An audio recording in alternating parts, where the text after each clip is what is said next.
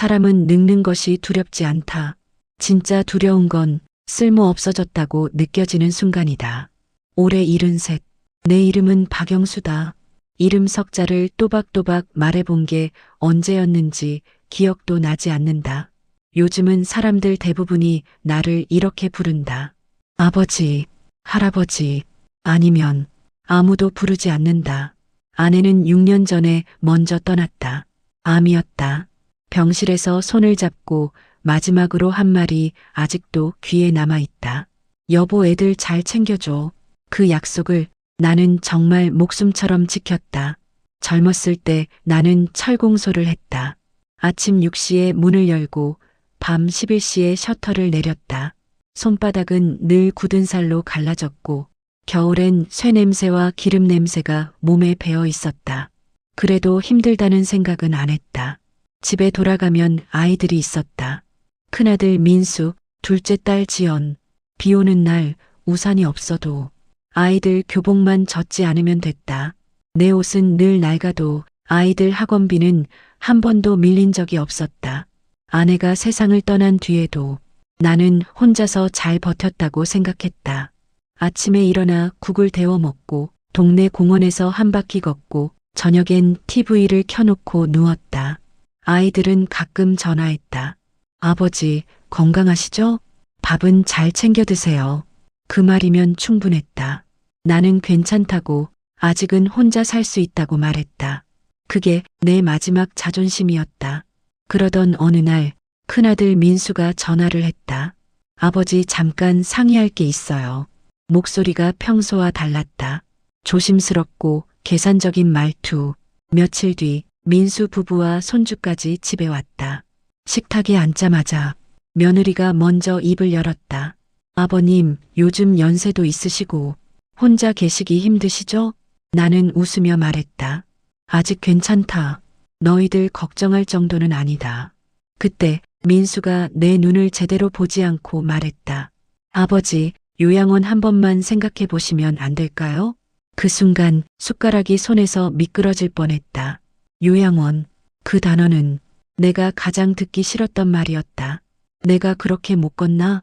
치매라도 온 줄 아느냐? 목소리가 높아졌다. 며느리는 곧바로 말을 받았다. 아니에요, 아버님.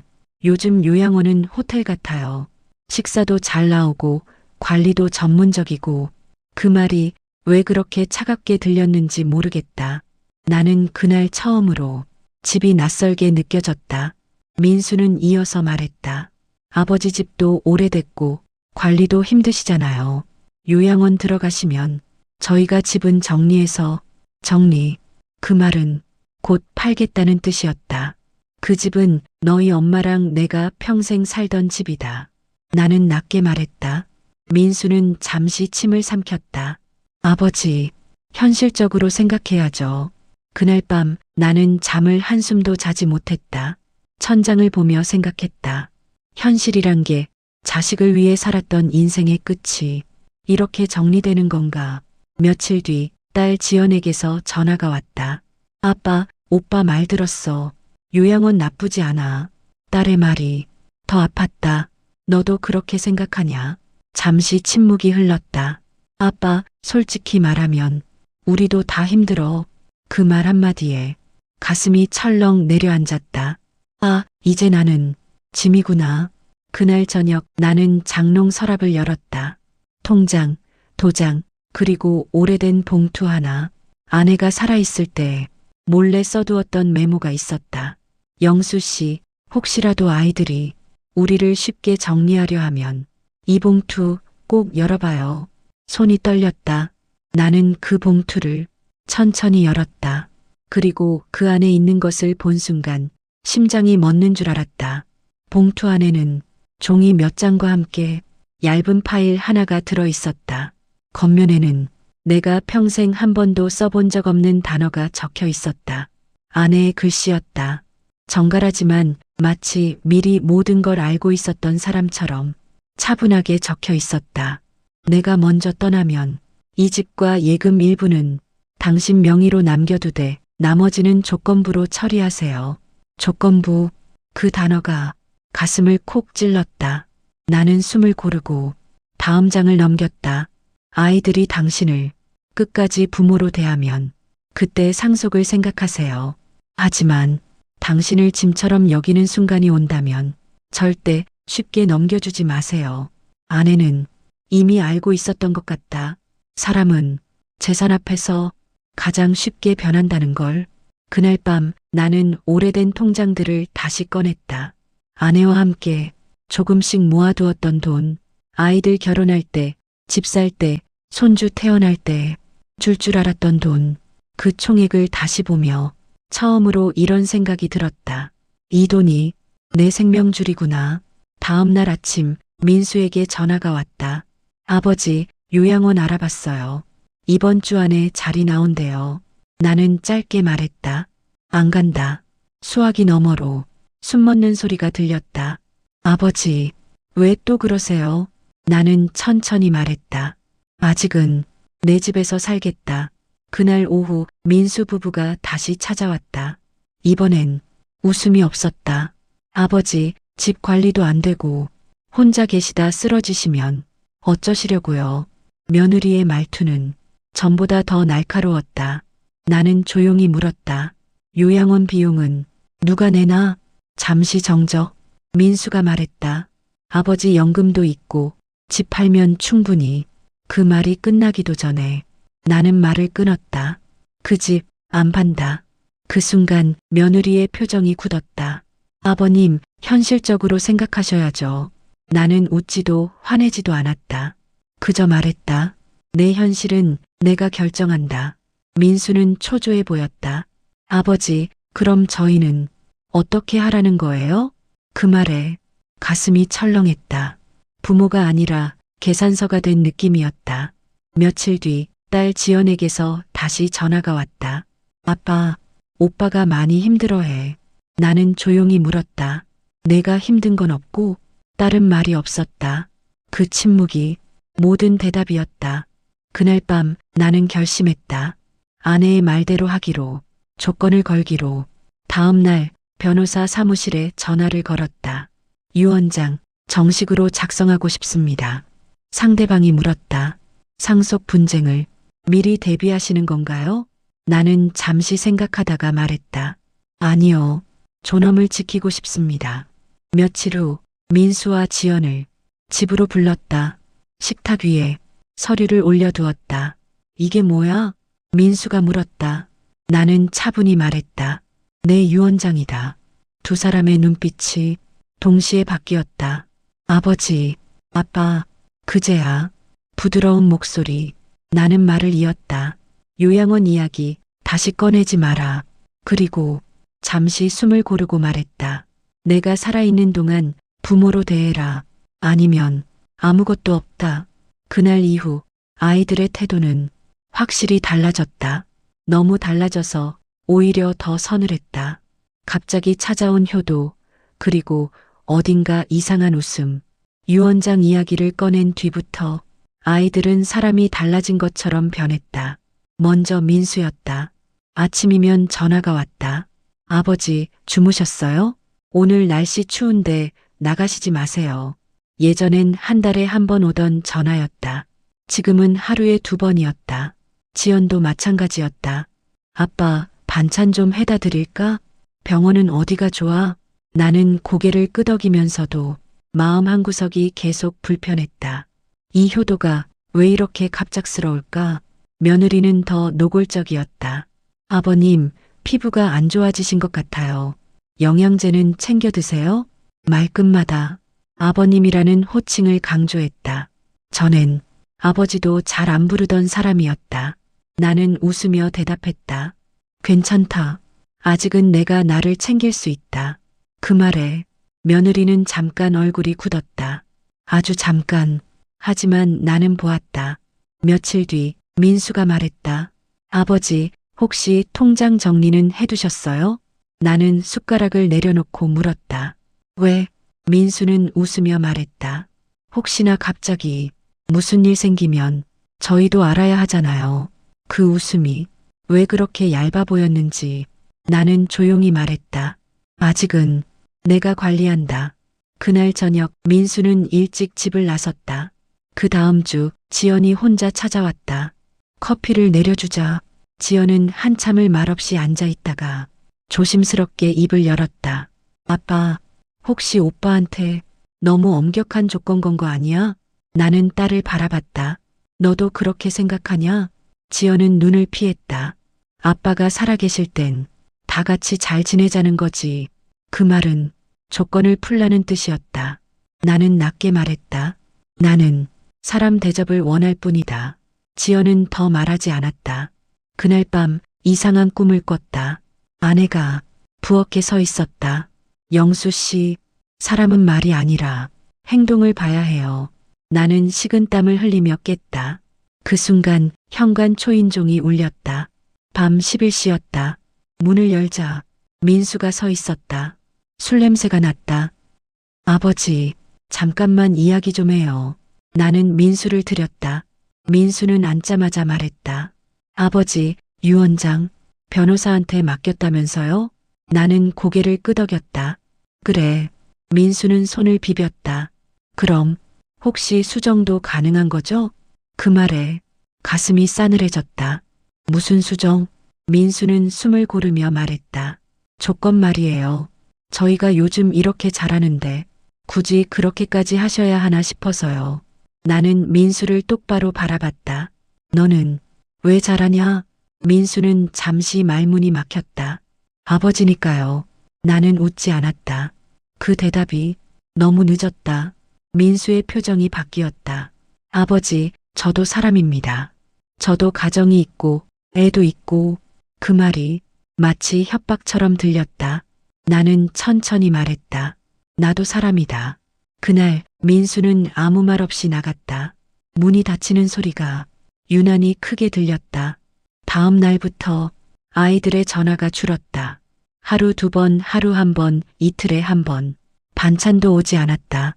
병원 이야기, 산책 이야기 모두 사라졌다.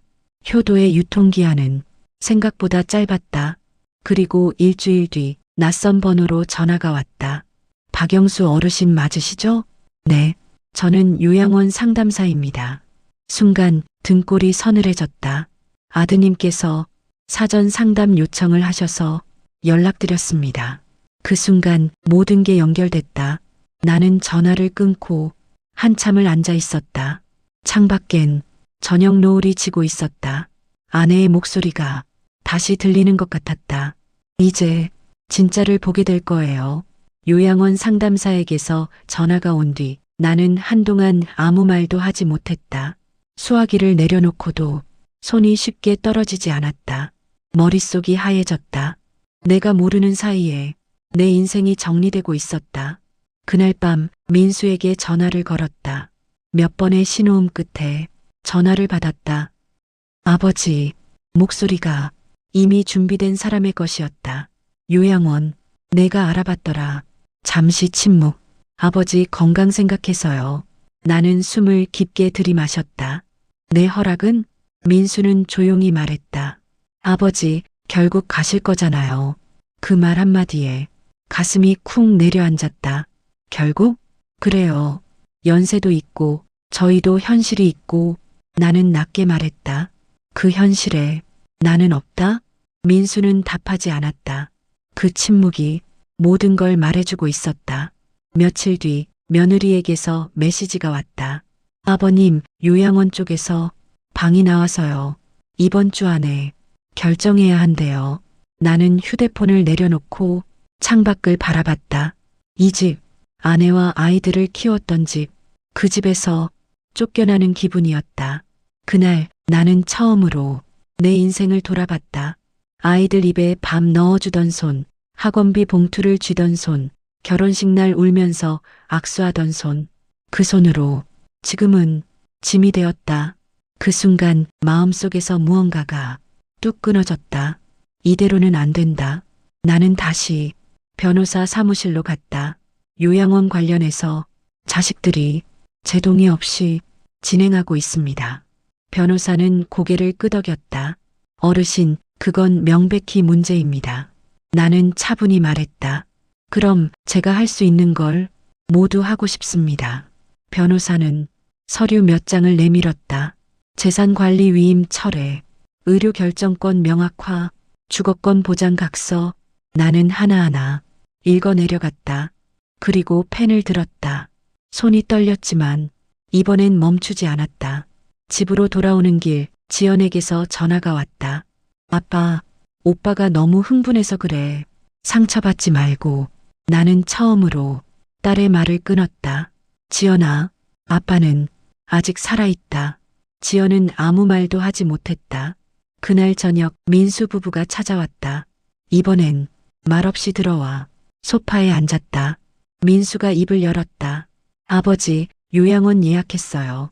나는 서류 봉투를 테이블 위에 올려두었다. 취소해라. 민수가 서류를 집어들었다. 이게 뭐예요? 나는 천천히 말했다. 내 권리다. 며느리가 서류를 훑어보더니 표정이 굳었다. 아버님, 이렇게까지 하실 필요가. 나는 단호하게 말했다. 필요하다. 이 집, 내가 죽을 때까지 내 집이다. 그리고 내 치료, 내 결정이다. 민수의 얼굴이 붉어졌다. 아버지, 이러시면 정말 혼자 되십니다. 그 말은 경고였다. 나는 잠시 침묵하다가 조용히 말했다. 이미 혼자였다. 그 말에 방안이 얼어붙었다. 그날 밤 민수 부부는 아무 말 없이 나갔다. 문이 닫히고 집안은 조용해졌다. 하지만 이상하게도 나는 편안했다. 처음으로 내 편이 내가 된 느낌이었다. 그리고 며칠 뒤 예상하지 못한 사람이 내 집 앞에 섰다. 오래된 모자를 눌러 쓴 한 노인이었다. 문을 열자 그가 말했다. 영수야, 나 기억하겠냐? 나는 그 얼굴을 보고 숨이 멎는 줄 알았다. 그는 내 인생의 증인이었다. 영수야, 너 아직도 모르고 있구나. 과거의 증인이 꺼낸 한마디. 문 앞에 선 노인은 허리를 약간 굽힌 채로 나를 똑바로 바라보고 있었다. 낡은 모자, 바랜 점퍼, 그리고 손등에 굵은 핏줄. 나는 그 얼굴을 보는 순간 가슴이 쿵 내려앉았다. 상철이 형? 그는 천천히 웃었다. 그래, 나다. 박영수, 아직 살아있네. 나는 얼른 문을 더 열었다. 형님이 여길 어떻게? 상철이 형은 내 대답을 기다리지 않고 조용히 집 안으로 들어왔다. 우리는 거실에 마주 앉았다. 형은 차가운 물 한 잔을 받아들고도 한참을 말이 없었다. 그리고 마치 결심한 사람처럼 입을 열었다. 영수야, 나 너한테 미안한 게 있다. 나는 눈을 찌푸렸다. 미안할 게 뭐가 있습니까? 형은 천천히 주머니에서 봉투 하나를 꺼냈다. 이거 너한테 줘야 한다. 원래는 진작 줬어야 했는데. 나는 봉투를 받았다. 봉투는 두툼했다. 이게 뭡니까? 형은 한숨을 쉬듯 말했다. 너, 내 재산이 진짜 어디서 나온 건지 정확히 알고 있냐? 순간 등골이 싸늘해졌다. 무슨 말입니까? 내가 평생 일해서 모은 거지. 형은 고개를 저었다. 그래, 너도 피땀 흘렸지. 근데 그것만이 아니야. 나는 봉투를 열어 안에 든 종이를 꺼냈다. 서류였다. 그리고 서류 맨 위에는 낯익은 이름이 적혀 있었다. 박영수, 내 이름. 그 아래에는 어떤 계약 내용과 숫자들이 빼곡했다. 형은 나를 바라보며 말했다. 내가 철공소 하던 시절 너 기억하냐? 그때 너 큰 사고 당할 뻔했잖아. 나는 기억했다. 20년 전 겨울이었다. 공장 지붕이 무너져 내렸고 쇳덩이가 떨어졌다. 그날 내가 조금만 늦게 들어갔으면 나는 거기서 죽었다. 그 사건은 동네에서 꽤 소문이 났었다. 그때 보험금이 나왔지. 형이 말했다. 내 입에서 무심코 말이 나왔다. 보험금? 나는 그런 거 받은 적 없는데. 형이 천천히 고개를 끄덕였다. 그럴 거다. 그 보험금 내 명의로 나왔는데 내가 아니라 다른 사람이 받았거든. 나는 순간 숨이 막혔다. 누가? 형은 바닥을 내려다보며 힘겹게 말했다. 너희 큰아들 민수. 그 말이 끝나는 순간 세상이 멈춘 것 같았다. 말도 안 됩니다. 민수가 그때 초등학생이었는데 형은 서류를 탁탁 두드렸다. 그래서 내가 미안하다는 거야. 그때 너 병원에 누워 있었고 내 아내 그러니까 형수님이 정신이 없었고 민수는 너희 집 장롱에서 서류를 꺼내 들고 어른들 따라다녔다. 나는 입술이 떨렸다. 그걸 왜 이제 말합니까? 형의 목소리가 낮아졌다.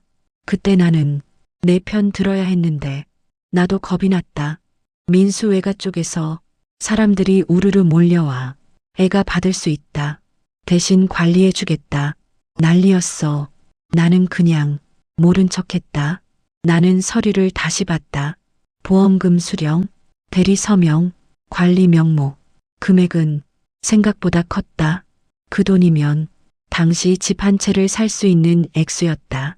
그리고 나는 지금까지 그 돈이 있었다는 사실조차 몰랐다. 형이 말했다. 너희가 지금 사는 집, 그 집 일부는 그 돈으로 들어간 거야. 내가 죽을 뻔한 사고로 나온 돈이 결국 내 가족을 살렸지. 근데 정작 너만 모르고 있었던 거다. 나는 몸이 떨렸다. 아내가 남긴 봉투, 조건부 유언장, 그리고 요양원 진행. 모든 게 한 줄로 이어졌다. 민수는 어릴 때부터 돈을 관리해왔다. 그 관리가 언제부터 소유가 되었는지 그날 밤 민수에게 전화가 왔다. 아버지, 요즘 왜 연락이 없으세요? 나는 조용히 말했다. 민수야, 너 나한테 숨긴 게 있지? 잠시 침묵. 무슨 말씀이세요? 나는 낮게 말했다. 20년 전 보험금. 그 순간 전화기 너머로 작은 숨소리가 들렸다. 그리고 민수는 억지로 웃듯 말했다. 아버지, 그걸 누가 말했어요? 그 대답이 이미 모든 걸 인정하고 있었다. 아버지를 위해서였다는 말, 그리고 서랍 속에서 나온 진실. 민수의 집에 가기로 한 건 충동이 아니었다. 그날 밤 잠을 한숨도 자지 못했다. 보험금 서류, 상철이 형의 떨리는 눈, 그리고 민수의 숨막힌 침묵. 모든 게 나를 그 집으로 끌고 갔다. 아침 일찍 민수에게 전화를 했다. 집에 있냐? 민수는 잠시 망설이다가 대답했다. 네, 들어오세요.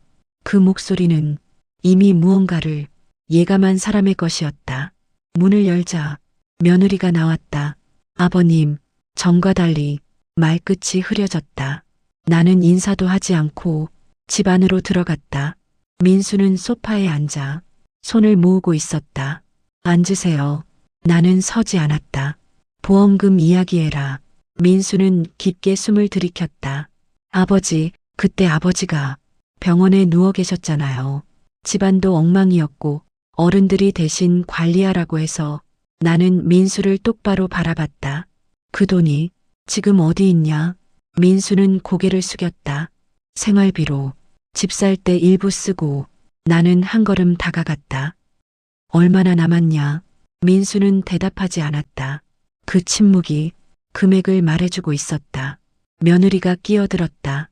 아버님, 그 돈이 없었으면 지금 이 집도 없었을 거예요. 그 말은 변명이 아니라 자랑처럼 들렸다. 나는 조용히 말했다. 그래서 나를 요양원에 보내려고 했나? 며느리는 말을 잇지 못했다. 나는 말했다. 서류 좀 보자. 무슨 서류요? 민수가 당황했다. 보험금 관리 기록. 민수는 고개를 저었다. 그런 거 없어요. 나는 말없이 집안을 둘러봤다. 그리고 안방으로 걸어갔다. 서랍을 열자 낡은 파일 하나가 있었다. 겉면엔 중요라고 적혀 있었다. 나는 파일을 열었다. 그 안에는 익숙한 서류들이 있었다. 보험금 입금 내역, 계좌 이동 기록, 장기 예치 상품 계약서. 내 이름은 거의 없었다. 대신 민수의 이름이 여러 번 등장했다. 나는 파일을 들고 거실로 나왔다. 이게 없다고 했지? 민수의 얼굴이 하얗게 질렸다. 아버지, 그건. 나는 말을 끊었다. 그건 뭐냐? 민수는 끝내 고개를 들지 못했다. 그 순간 손주가 방문해서 이 장면을 보고 있었다. 아이의 눈이 커졌다. 나는 갑자기 가슴이 아팠다. 이 아이는 이걸 어떻게 기억할까? 나는 파일을 덮었다. 그리고 말했다. 이제 내 돈은 내가 관리한다. 민수는 다급하게 말했다. 아버지, 그럼 저희는? 나는 고개를 저었다. 너희는 이미 충분히 가져갔다. 집을 나서기 전 나는 민수에게 마지막으로 말했다. 민수야, 아버지를 속일 수는 있어도 시간은 못 속인다. 민수는 아무 말도 하지 않았다. 집으로 돌아오는 길 다리가 후들거렸다. 하지만 이상하게도 눈물은 나지 않았다. 그 대신 아내의 목소리가 들렸다. 이제 알겠죠? 그날 밤 지연에게서 전화가 왔다. 아빠, 오빠가 다 말했어. 나는 조용히 말했다. 그래. 지연은 울먹이며 말했다. 아빠, 그래도 가족이잖아. 나는 대답하지 않았다. 가족이란 말이 너무 무거웠다. 며칠 뒤 변호사에게서 전화가 왔다. 어르신, 민수 씨 쪽에서 법적 대응을 준비 중입니다. 나는 창밖을 바라보며 말했다. 이제 시작이군요. 자식이 부모를 고소하다. 그리고 법정에 울려 퍼진 한 사람의 이름. 민수는 결국 나를 상대로 법적 절차를 시작했다. 내용은 간단했다. 재산관리 권한 분쟁, 그리고 요양 필요성에 대한 법적 판단 요청. 쉽게 말해, 아버지는 혼자 살 능력이 없고 자식이 대신 결정해야 한다는 주장이다. 서류를 받아들었을 때 손이 떨렸지만 마음은 오히려 차분했다. 이미 각오는 되어 있었다.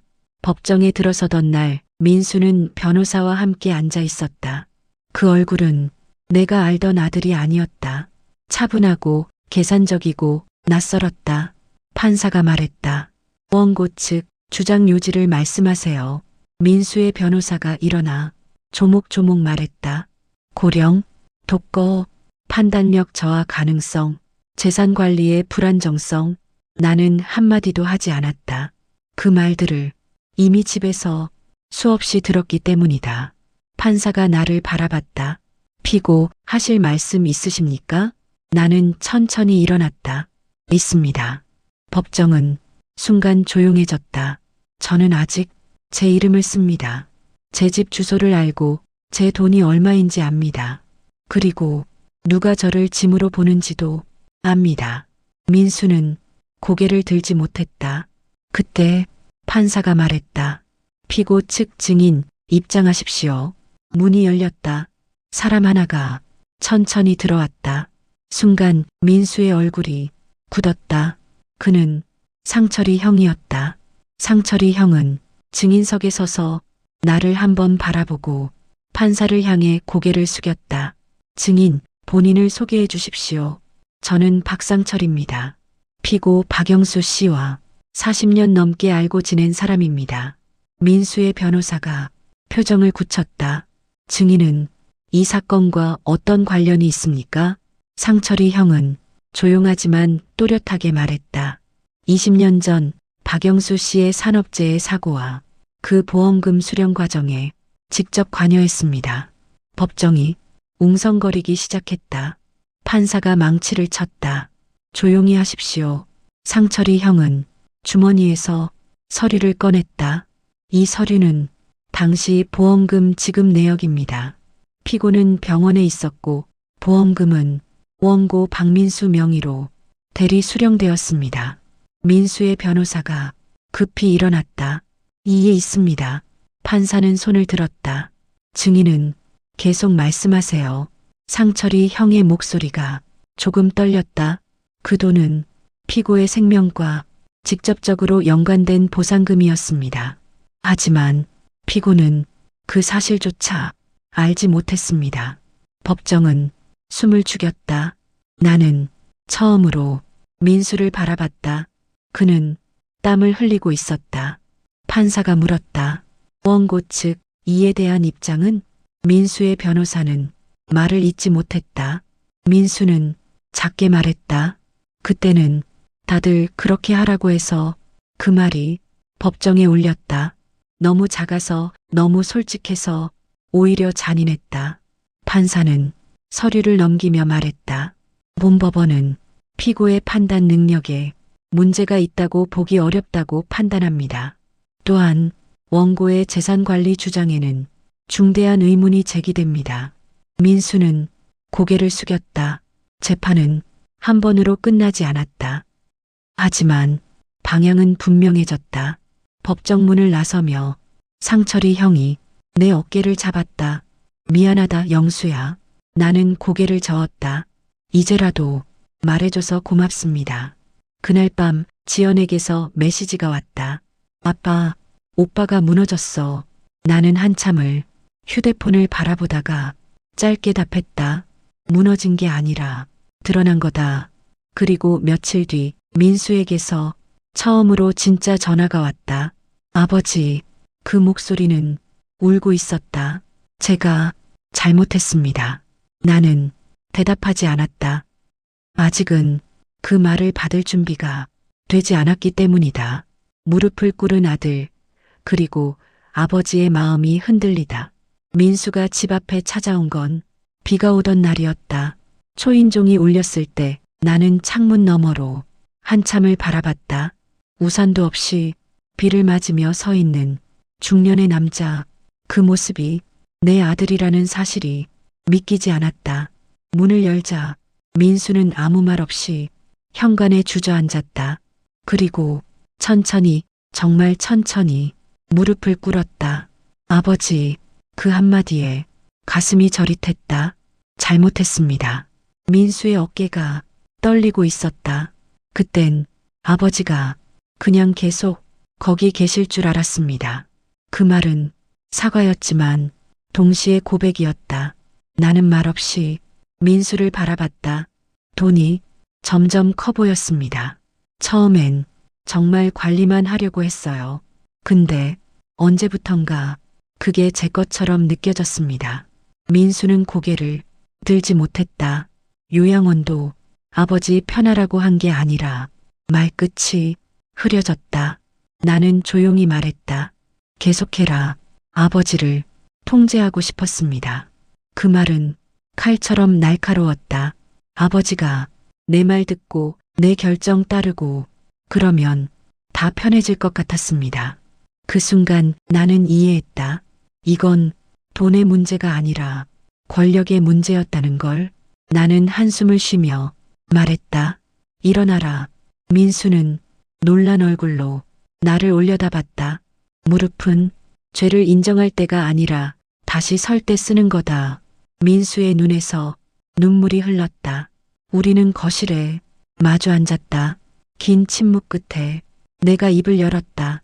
용서하고 싶다. 민수의 얼굴이 밝아졌다. 하지만 나는 말을 이어갔다. 조건이 있다. 민수는 고개를 끄덕였다. 첫째, 내 재산에 손대지 마라. 둘째, 내 결정에 간섭하지 마라. 셋째, 나는 잠시 멈췄다. 나를 부모로 대하라. 관리 대상 말고. 민수는 연신 고개를 끄덕였다. 그리고 하나 더. 민수는 숨을 삼켰다. 법원에 낸 모든 서류 내 손으로 취하해라. 민수는 아무 말 없이 눈을 감았다. 잠시 후 그는 말했다. 알겠습니다. 그 목소리는 처음으로 아들의 것이었다. 며칠 뒤 법원에서 통지가 왔다. 원고 측 소취야. 나는 그 종이를 한참 바라봤다. 기쁨보다 허탈함이 컸다. 지연이 집에 찾아왔다. 아빠, 정말 이걸로 끝내는 거야? 나는 창밖을 보며 말했다. 끝내는 게 아니라 다시 시작하는 거다. 지연은 조용히 울었다. 그날 밤 아내 사진 앞에 혼잣말을 했다. 여보, 이 정도면 괜찮지? 사진 속 아내는 아무 말도 하지 않았지만 나는 알 것 같았다. 하지만 사람의 본성은 쉽게 바뀌지 않는다. 며칠 후 나는 우연히 민수의 통화 내용을 듣게 된다. 아직은 기다려야지. 그 한마디가 내 귀에 박혔다. 나는 다시 한번 선택의 기로에 섰다. 마지막 시험, 그리고 드러나는 사람의 본심. 민수의 통화 내용을 들은 뒤 나는 바로 따지지 않았다. 사람은 의심받는 순간보다 스스로 선택한다고 믿을 때 본 모습을 드러낸다. 그래서 나는 시험을 하기로 했다. 며칠 뒤 민수에게 전화를 걸었다. 민수야, 내 아버지, 내가 말이다. 이 집을 정리할까 한다. 수화기 너머에서 숨이 멎는 소리가 났다. 정리요? 그래. 나도 이제 나이가 있고 관리도 힘들고. 잠시 침묵. 나는 일부러 말을 이어갔다. 대신 현금으로 바꿔서 조용히 살까 한다. 민수는 조심스러운 척 말했다. 아버지 뜻이면 저희가 도와드릴게요. 그 도와드릴게요라는 말에 미세한 흥분이 섞여 있었다. 나는 알았다. 미끼가 제대로 물렸다. 그날 저녁 민수 부부가 집에 찾아왔다. 이번엔 웃음이 많았다. 며느리는 과일 바구니를 들고 왔고 민수는 서류 가방을 들고 있었다. 아버지, 부동산은 제가 아는 데가 있어요. 나는 고개를 끄덕였다. 그래, 그럼 알아봐라. 민수의 눈이 반짝였다. 며칠 동안 민수는 유난히 열심이었다. 부동산 시세, 세금, 매도 시점, 설명은 너무 자세했다. 마치 자기 집을 파는 것처럼. 그러던 중 내가 물었다. 민수야, 내가 만약 집을 안 팔면? 민수는 잠깐 웃었다. 아버지, 그건 비효율적이죠. 그 말이 모든 걸 말해줬다. 나는 다음 카드를 꺼냈다. 집을 팔면 돈 일부를 기부할 생각이다. 민수의 얼굴에서 피가 빠졌다. 기부요? 그래, 나 같은 사람들 돕고 싶다. 민수는 급히 말했다. 아버지, 그건 나중에 해도. 나는 말을 끊었다. 왜? 민수는 대답하지 못했다. 그날 밤 지연에게서 전화가 왔다. 아빠, 오빠가 화가 많이 났어. 나는 담담하게 말했다. 그게 답이다. 지연은 한참을 울었다. 며칠 뒤 민수가 다시 찾아왔다. 이번엔 과일도 웃음도 없었다. 아버지, 솔직히 말씀드릴게요. 나는 조용히 말했다. 해라. 아버지 돈은 아버지 거지만 그래도 자식들 생각도 해주셔야죠. 그 말에 가슴이 아팠다. 나는 천천히 말했다. 나는 자식 생각하며 평생을 살았다. 이제는 내 생각할 차례다. 민수는 입술을 깨물었다. 아버지, 그럼 저는. 나는 고개를 저었다. 너는 이미 선택했다. 그 말에 민수의 눈이 차갑게 변했다. 그날 밤 나는 결심했다. 이 시험이 결과는 나왔다. 그리고 마지막 준비를 시작했다. 며칠 후 변호사 사무실에서 나는 새로운 유언장에 서명했다. 조건은 단 하나였다. 사람으로 남는 자에게만 남긴다. 유언장이 공개되던 날 사람의 값어치가 드러나다. 유언장을 다시 썼다는 사실을 나는 아무에게도 말하지 않았다. 민수에게도 지연에게도. 사람은 기대가 있을 때 연기하고 기대가 사라질 때 본 모습을 드러낸다. 나는 그 모습을 보고 싶었다. 며칠 뒤 변호사 사무실에서 가족이 모두 모였다. 민수 부부, 지연, 그리고 나. 민수는 어딘가 불안한 얼굴이었다. 지연은 말없이 손을 모으고 있었다. 변호사가 입을 열었다. 오늘은 박영수 어르신의 유언장 관련 내용을 사전 고지하는 자리입니다. 민수의 눈이 번쩍였다. 먼저 말씀드립니다. 변호사는 차분하게 말했다. 본 유언장은 법적 효력을 갖습니다. 그리고 기존 유언장은 모두 폐기되었습니다. 민수는 침을 삼켰다. 재산의 대부분은 신탁으로 전환됩니다. 그 말에 며느리의 얼굴이 굳었다. 신탁이요? 변호사는 고개를 끄덕였다. 네, 개인이 아닌 관리기관을 통해 집행됩니다. 민수는 급히 물었다. 그럼 상속은 언제? 변호사는 말을 끊었다. 조건을 충족할 경우에만. 집행됩니다. 나는 그때 처음으로 입을 열었다. 조건은 간단하다. 나를 짐으로 보지 않는 것, 내 결정을 존중하는 것, 그리고 나는 잠시 민수를 바라봤다. 돈 이야기를 먼저 꺼내지 않는 것. 민수는 웃음을 지으려 했지만 실패했다. 아버지, 그건 너무 주관적인. 나는 조용히 말했다. 그래서 신탁이다. 변호사는 다음 장을 넘겼다. 그리고 주거권은 어르신 생존 시 절대 침해 불가. 의료 결정권 또한 어르신 단독 권한.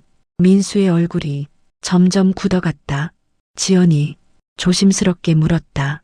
아빠, 그럼 우리는? 나는 딸을 바라보며 말했다. 너는 지금까지 조용히 있었다. 그게 너의 선택이었다. 지연의 눈에 눈물이 맺혔다. 변호사가 마지막 페이지를 펼쳤다. 그리고 특별 수익자는 민수는 앞으로 몸을 기울였다. 그 순간 변호사의 입에서 전혀 예상하지 못한 이름이 나왔다. 박상철, 상철이 형의 이름이었다. 방안이 순간 얼어붙었다. 어르신의 생전관리 및 사후 집행 감시인으로 지정되었습니다. 민수는 자리에서 벌떡 일어났다. 왜 그 사람이? 나는 차분하게 말했다. 내 인생을 지켜본 사람이니까. 민수의 얼굴이 일그러졌다. 아버지, 저는 아들입니다. 나는 고개를 저었다. 그래서 더 엄격하다. 그날 이후 집안의 공기는 완전히 달라졌다. 민수는 연락을 줄였고 지연은 가끔 안부만 전했다. 집은 다시 조용해졌다. 하지만 이 조용함은 끝이 아니었다. 며칠 뒤 상철이 형에게서 전화가 왔다. 영수야, 민수가 나한테 왔다. 돈 얘기를 하더라. 나는 짧게 말했다. 예상했다. 그날 밤 나는 창가에 서서 중얼거렸다. 이제 마지막이다. 아버지 쓰러지셨습니다. 마지막 카드로 꺼낸 거짓. 상철이 형의 전화 이후 나는 마음을 단단히 먹었다. 사람은 끝이 보일 때 가장 잔인해진다. 민수도 그 끝을 보고 있었다. 며칠 동안 아무 일도 없었다. 전화도 문자도. 그 고요함이 오히려 불길했다. 그리고 그날 밤이었다. 새벽 2시 전화벨이 울렸다. 모르는 번호였다. 여보세요. 다급한 목소리가 들렸다. 아버지, 큰일 났어요. 민수였다. 아버지 쓰러지셨어요. 그 순간 나는 심장이 철렁 내려앉았다. 무슨 소리냐? 상철 아저씨가 갑자기 연락이 안 돼서 집에 가봤는데 민수의 목소리는 떨리고 있었다. 아버지가 바닥에 쓰러져 계셨다고. 나는 잠시 말이 없었다. 그리고 조용히 물었다. 지금 어디냐? 응급실입니다. 나는 차분하게 말했다. 거기 있어라. 전화를 끊고 한참을 앉아 있었다. 이건 너무 갑작스러웠다. 아니, 너무 극적이었다. 병원에 도착했을 때 민수는 초조한 얼굴로 서 있었다. 아버지, 그 목소리는 진심 같기도 연기 같기도 했다. 나는 의사를 찾아갔다. 박영수 환자, 상태는 어떻습니까? 의사는 고개를 갸웃했다. 환자요? 어르신은 오늘 접수된 기록이 없습니다. 그 순간 모든 게 명확해졌다. 나는 민수를 바라봤다. 민수는 내 눈을 피했다. 아버지, 그게. 나는 낮게 말했다. 이제 그만하자. 민수의 얼굴이 하얗게 질렸다. 우리는 병원 밖으로 나왔다. 민수는 갑자기 울기 시작했다. 아버지, 저도 무서웠어요. 그 말이 진짜였을지도 모른다. 하지만 방법이 잘못됐다. 신탁이 있으면 아무것도 못한다고 하더라고요. 그래서 아버지가 판단 능력이 없다는 걸 보여줘야. 그 말은 모든 걸 끝내기에 충분했다. 나는 길게 숨을 들이마셨다. 민수야, 너는 아들을 잃은 게 아니라. 나는 말을 멈췄다. 그리고 조용히 말했다. 아버지를 완전히 버렸다. 민수는 주저앉았다. 그날 이후 나는 결정을 내렸다. 완전한 단절. 변호사에게 전화를 걸었다. 민수에 대한 상속 가능성 전부 제거해 주세요. 변호사는 잠시 침묵하다가 말했다. 확실하십니까? 나는 한치의 망설임도 없이 대답했다. 네. 며칠 뒤 공증된 최종 유언장이 완성되었다. 민수의 이름은 어디에도 없었다. 지연이 집에 찾아왔다. 아빠, 정말 이렇게까지 해야 해? 나는 딸을 바라봤다. 너는 선택할 수 있다. 가족으로 남을지, 관계로 남을지. 지연은 울면서 고개를 끄덕였다.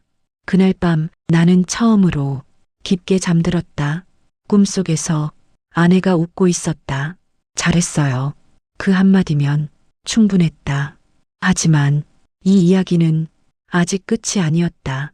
마지막으로 세상에 남길 말이 남아 있었다. 세상에 남기는 편지, 늙은 아버지가 마지막으로 하고 싶은 말. 모든 걸 정리하고 나니 집이 이상하리만큼 조용했다.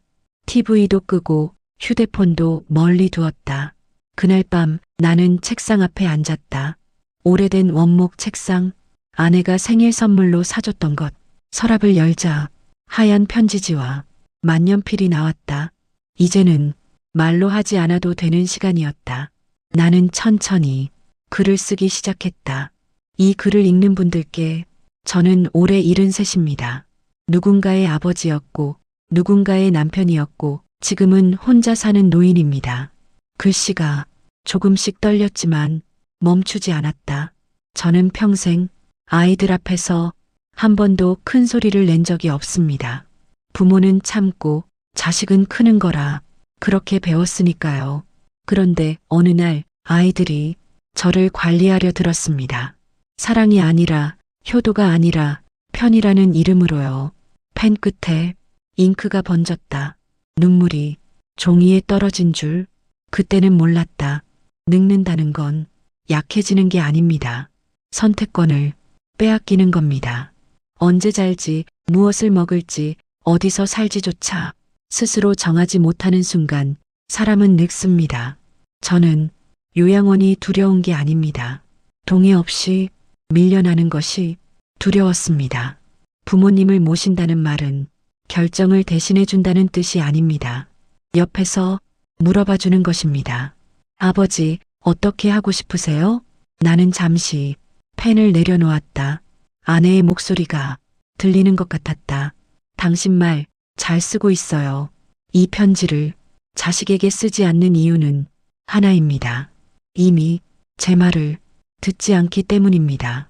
이 글은 지금 자식을 키우는 부모님께 드리고 싶습니다. 너무 일찍 다 주지 마세요. 돈이 아니라 권한을 말입니다. 그리고 지금 부모를 모시는 자식에게도 말하고 싶습니다. 부모는 마지막까지 사람입니다. 효도는 희생이 아니라 존중입니다. 마지막 문장을 쓰고 나는 한참을 종이를 바라봤다. 이 편지는 신문에도 인터넷에도 올릴 생각이었다. 누군가는 불편해하겠지만 괜찮았다. 며칠 뒤 상철이 형이 신문을 들고 찾아왔다. 영수야, 이거 너지? 신문 한 켠에 내 편지가 실려 있었다. 반응은 생각보다 컸다. 우리 아버지 얘기 같아서 울었습니다. 자식된 입장에서 많이 반성했습니다. 부모를 모신다는 말의 뜻을 다시 생각하게 됐습니다. 댓글이 수백 개 달렸다. 지연에게서 문자가 왔다. 아빠, 그 글 읽고 많이 울었어. 나는 짧게 답했다. 울었으면 됐다. 며칠 후 예상치 못한 곳에서 연락이 왔다. 한 요양원이었다. 어르신, 편지 읽었습니다. 저희는 강제로 모시지 않습니다. 어르신처럼 스스로 선택하시는 분들만 받고 있습니다. 나는 처음으로 웃었다.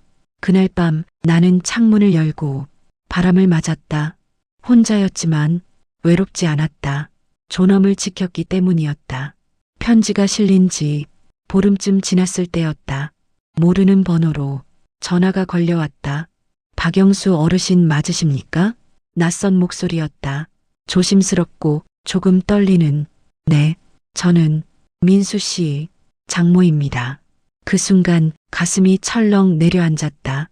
며느리의 어머니, 나는 한동안 아무 말도 하지 않았다. 그쪽에서 먼저 말을 이었다. 신문에 실린 편지, 제가 읽었습니다. 그리고 부끄러웠습니다. 그 한마디에 나는 이유 없이 숨이 길게 나왔다.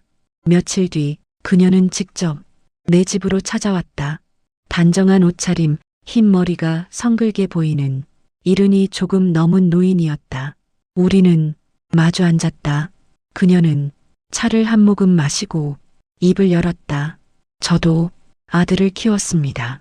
며느리가 아니라 시어머니로 살았고 지금은 혼자입니다. 그 말이 낯설지 않았다. 편지를 읽는데 제가 겹쳐 보이더군요. 저도 한때는 아이들 인생에 간섭했습니다. 사랑이라고 믿으면서요. 그녀는 고개를 숙였다. 민수와 제 딸이 어떻게 어르신을 대했는지 뒤늦게 알았습니다. 부모를 관리 대상으로 보면 안 된다는 걸 그 편지로 처음 깨달았습니다. 나는 조용히 고개를 끄덕였다. 그래서 제가 할 수 있는 걸 하고 싶습니다.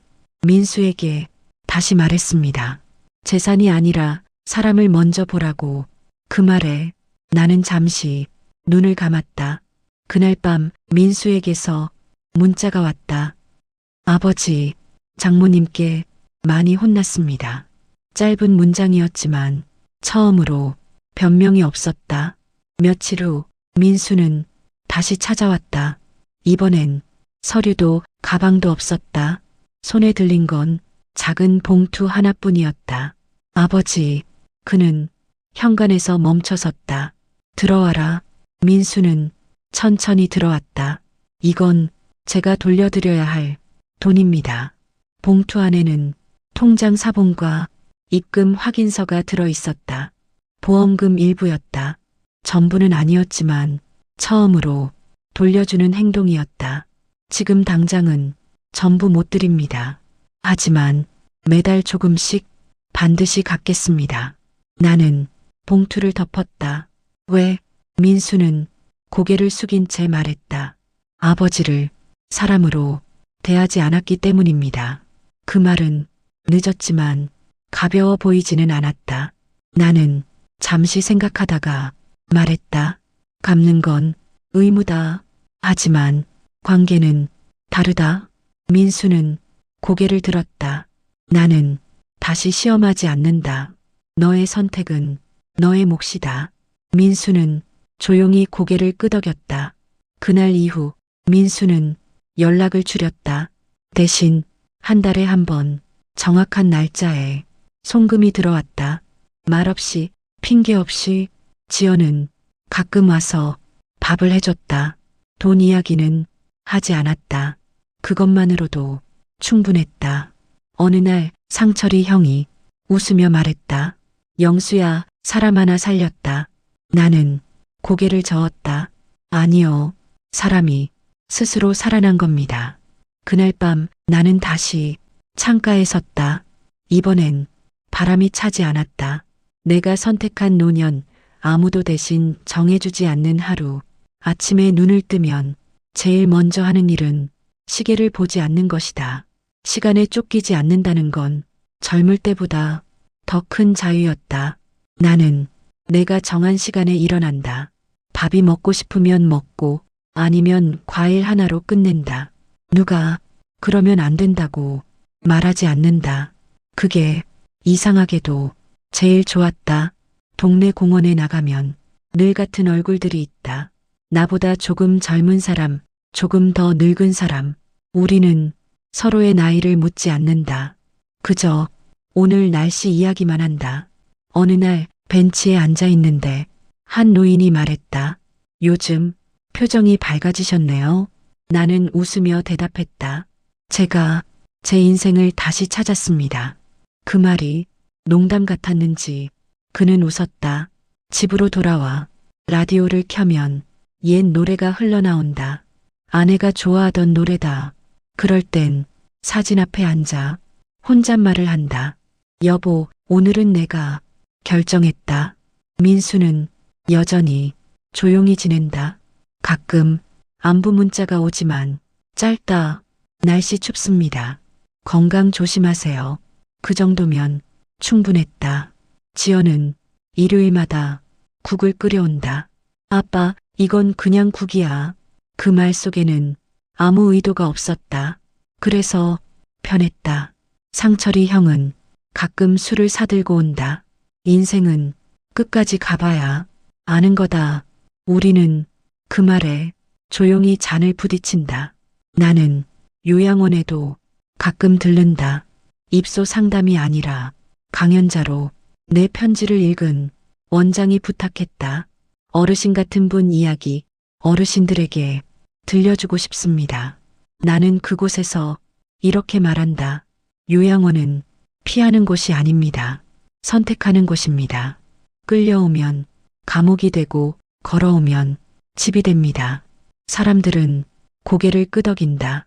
강연이 끝나면 누군가 다가와 손을 잡는다. 고맙습니다. 말해줘서요. 그 말이 나를 살렸다. 어느 날 민수가 아주 오랜만에 전화했다. 아버지, 저도 요즘 많이 생각합니다. 나는 짧게 말했다. 생각만 하지 말고 선택해라. 민수는 한참을 말이 없었다. 나는 서랍에서 유언장 사본을 꺼냈다. 다시 읽어보며 미소를 지었다. 이건 죽기 위한 문서가 아니라 살기 위한 문서였다. 그날 밤 나는 일기를 썼다. 오늘 나는 아무에게도 허락받지 않고 하루를 살았다. 자식에게 그리고 부모에게 늦기 전에 꼭 하고 싶은 말. 이제 이 이야기도 끝이 보인다. 긴 인생처럼 돌아왔고 아팠고 늦게나마 깨달았다. 그래서 나는 이 말을 꼭 남기고 싶다. 먼저 자식에게 너희는 부모를 이기지 않아도 된다. 부모는 상대가 아니라 시간이다. 이겨도 이긴 게 아니고 져도 지는 게 아니다. 부모가 고집스러워 보일 때 묻지 않았기 때문이다. 왜요? 말고 어떻게 하고 싶으세요? 라고 물어봤다면 많은 싸움은 없었을 것이다. 돈은 나중에 와도 된다. 부모는 지금 있다. 지금의 목소리, 지금의 표정, 지금의 결정은 한번 지나가면 다시 오지 않는다. 그리고 부모에게도 말하고 싶다. 참지 말라고. 자식이 상처받을까봐 말을 삼키지 말라고. 부모도 연습이 필요하다. 존엄을 지키는 연습. 우리는 너무 오래 부모니까라는 말로 스스로를 낮췄다. 하지만 부모이기 전에 사람이다. 사람은 끝까지 존중받아야 한다. 나는 자식을 미워하지 않는다. 다만 미워할 만큼 힘이 남아있지 않다. 그래서 선택했다. 미움 대신 거리. 거리란 버림이 아니다. 지킬 수 있는 만큼 지키는 방법이다. 너무 가까우면 서로 다친다. 민수는 여전히 조용히 산다. 가끔 송금 내역만 남긴다. 그것이 그가 선택한 속죄의 방식일 것이다. 나는 그 선택을 존중한다. 지연은 내 생일에 편지를 줬다. 아빠, 이제야 알겠어.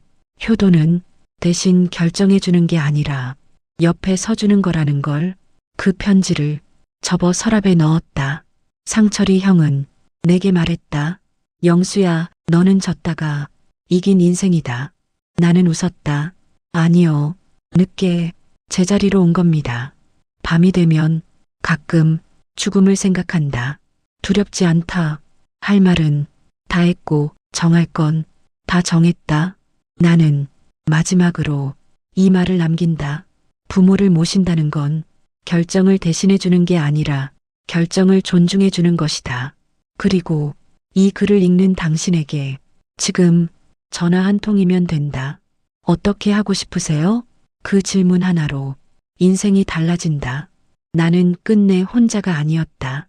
사람들은 혼자 사는 노인을 보면 불쌍하다고 말한다.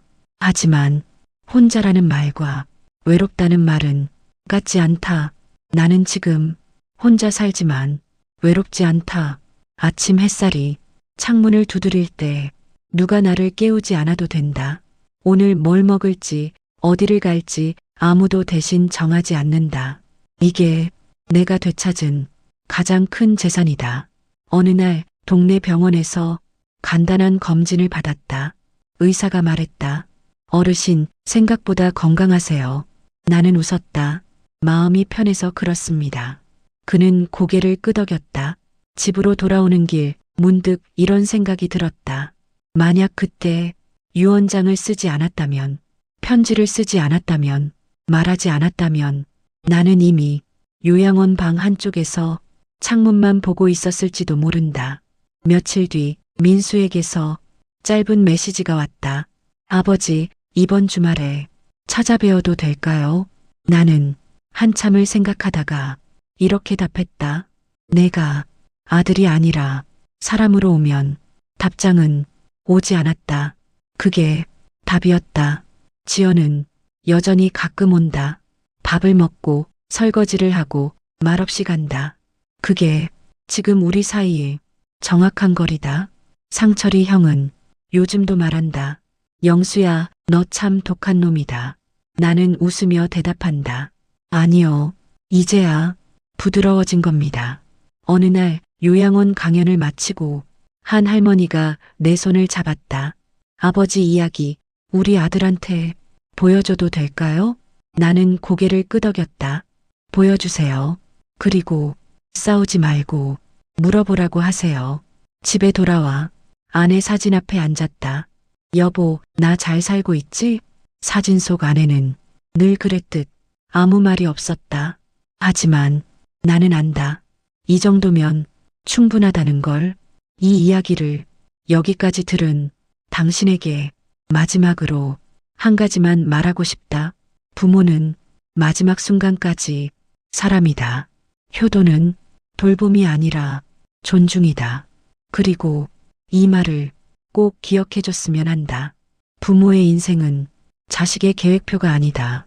나는 이제 더 이상 두렵지 않다. 누가 나를 데려가도, 누가 나를 두고 가도 나는 내 인생을 내 손으로 마무리할 수 있으니까. 이제 이 이야기는 여기서 끝난다. 하지만 당신의 이야기는 지금부터다. 이 이야기가 조금이라도 마음에 남으셨다면 구독과 좋아요 한번 눌러주세요. 다음 이야기를 만드는데 큰 힘이 됩니다.